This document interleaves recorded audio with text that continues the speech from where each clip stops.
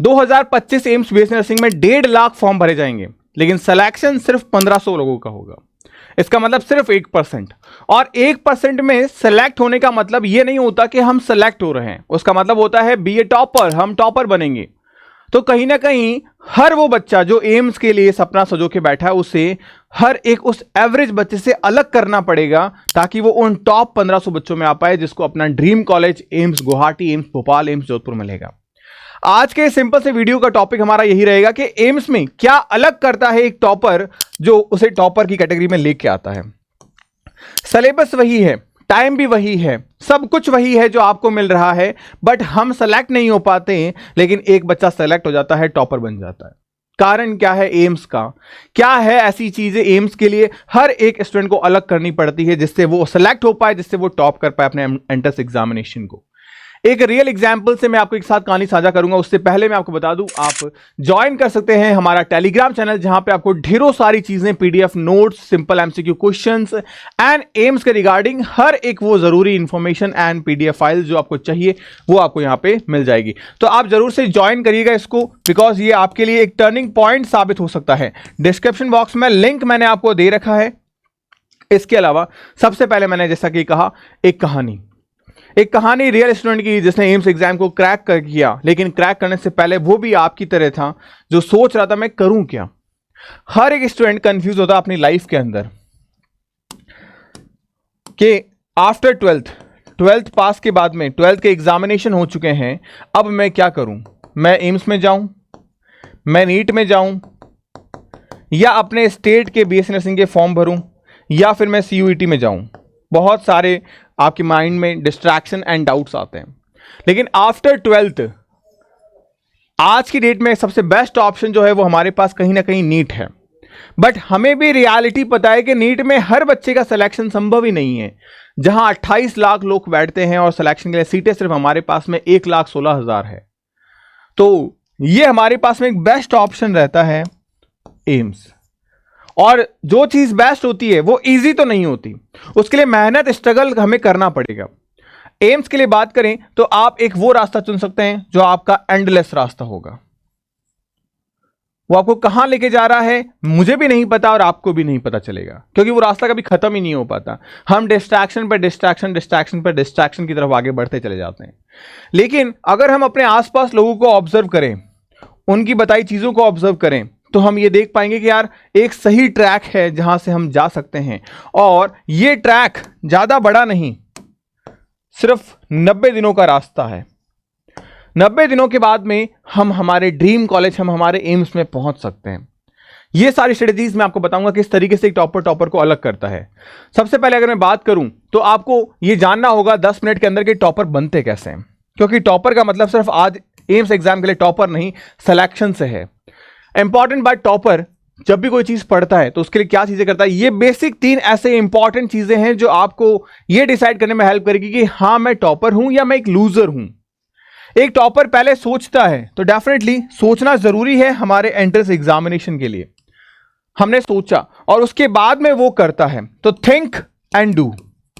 पहले आप सोचिए चीजों को एंड देन फिर उसके लिए डू इट। ये सबसे बेस्ट चीज है। सेकंड चीज एक टॉपर को टॉपर बनाती है, वो अपने इंटायर सिलेबस को समझता है। रैंडमली ऐसे नहीं कि बस उठ के आ गए और शुरू कर दिया, अपने सिलेबस को समझेगा कि फिजिक्स में क्या है, केमिस्ट्री में क्या है, बायो में क्या है, और 2025 के अकॉर्डिंग जरूरी क्या है। क्योंकि पूरे सिलेबस को नहीं पढ़ा जाता किसी भी कंपटीशन एग्जाम को क्रैक करने के लिए।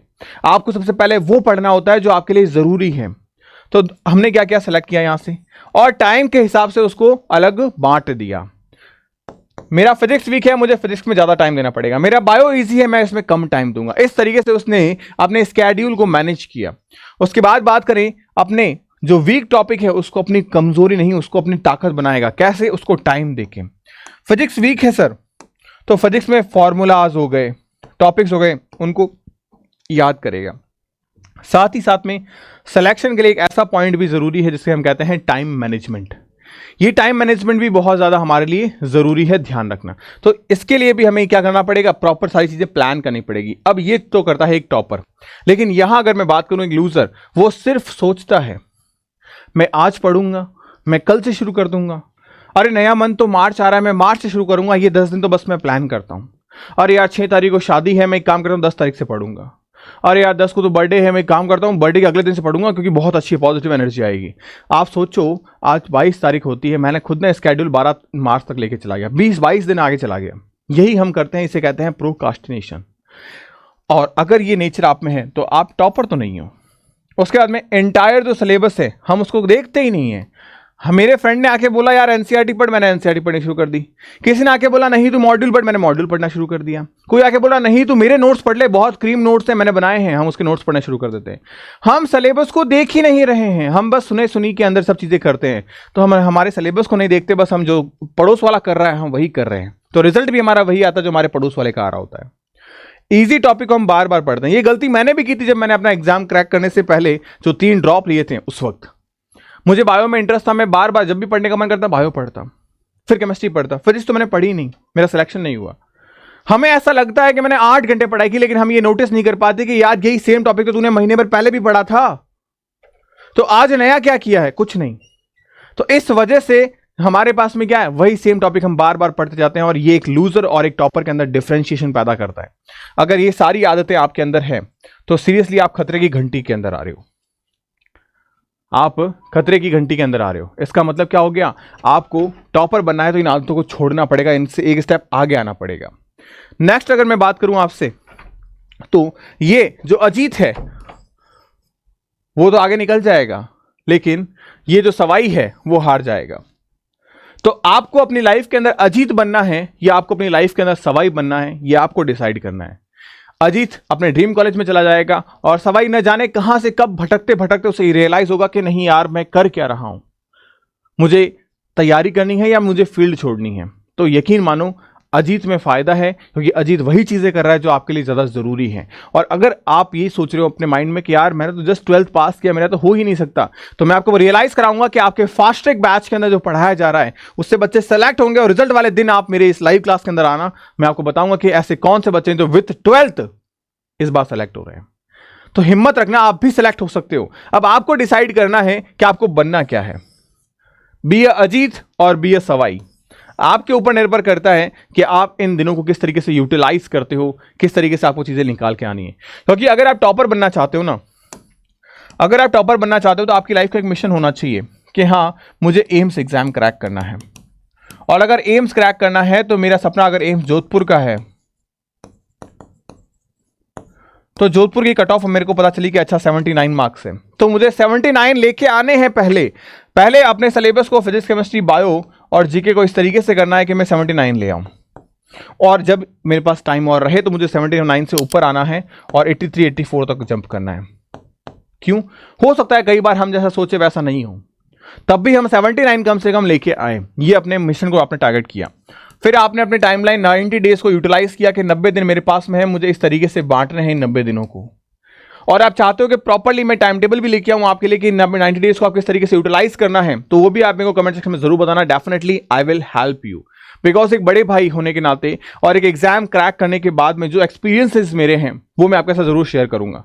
तो अपनी लाइफ के अंदर आपको बस ये 90 डेज का प्लान किया आपने टाइमलाइन के, हाँ physics chemistry bio and GK कैसे कवर किए। उसके बाद में अपने गोल को डिसाइड कर लिया आपने कि हाँ मुझे डेली बेसिस पे मुझे आज ये चैप्टर कवर करना है। जैसे अगर मैं मानूं 1+1+1 ये कर दो आप, यानी कि डेली 3 चैप्टर्स, या फिर आप 1+1 भी कर सकते हो यानी डेली 2 चैप्टर्स। उसमें एक चैप्टर फिजिक्स का जरूर रखना, फिर केमिस्ट्री और बायो को रेंडमाइज अल्टरनेट डेज पे चेंज करते रहो।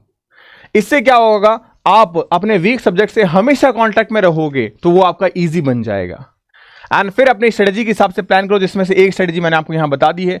अब स्ट्रेटजी का मतलब क्या होता है, थ्योरी को कितना टाइम देना, प्रैक्टिस या न्यूमेरिकल या एमसीक्यूज को कितना टाइम देना, एंड रिवीजन को कितना टाइम देना, इसे कहते हैं स्ट्रेटजी।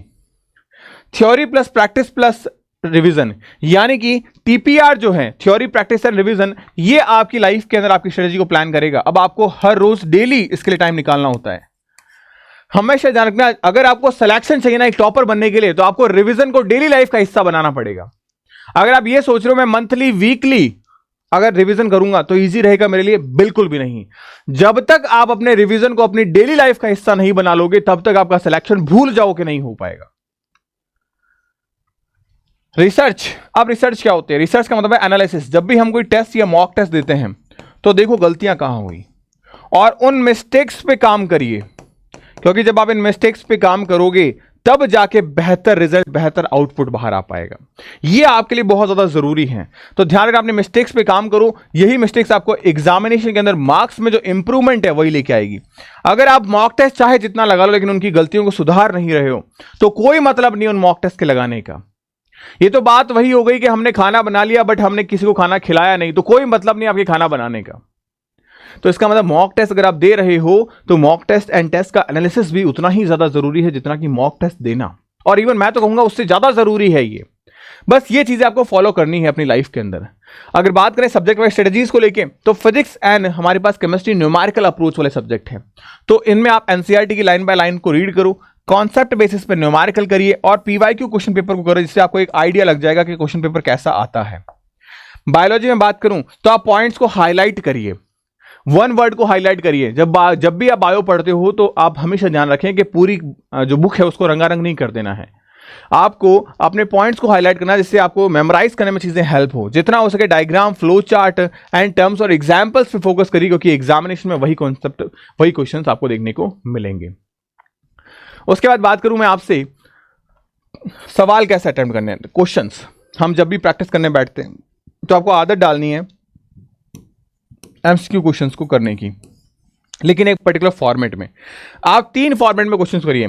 पहले राउंड के अंदर जब भी आप क्वेश्चंस को सॉल्व करते हो तो इजी क्वेश्चंस को कर लो। इजी क्वेश्चन मतलब क्या? क्वेश्चन देखा, ऑप्शन देखा, आता है टिक किया। क्वेश्चन देखा, ऑप्शन देखा, थोड़ा सा डाउट आ रहा है, सेकंड राउंड में करेंगे। क्वेश्चन देखा, ऑप्शन देखा, समझ में नहीं आ रहा, पता नहीं कौन सा फॉर्मूला लगेगा, थर्ड राउंड में करेंगे इसको।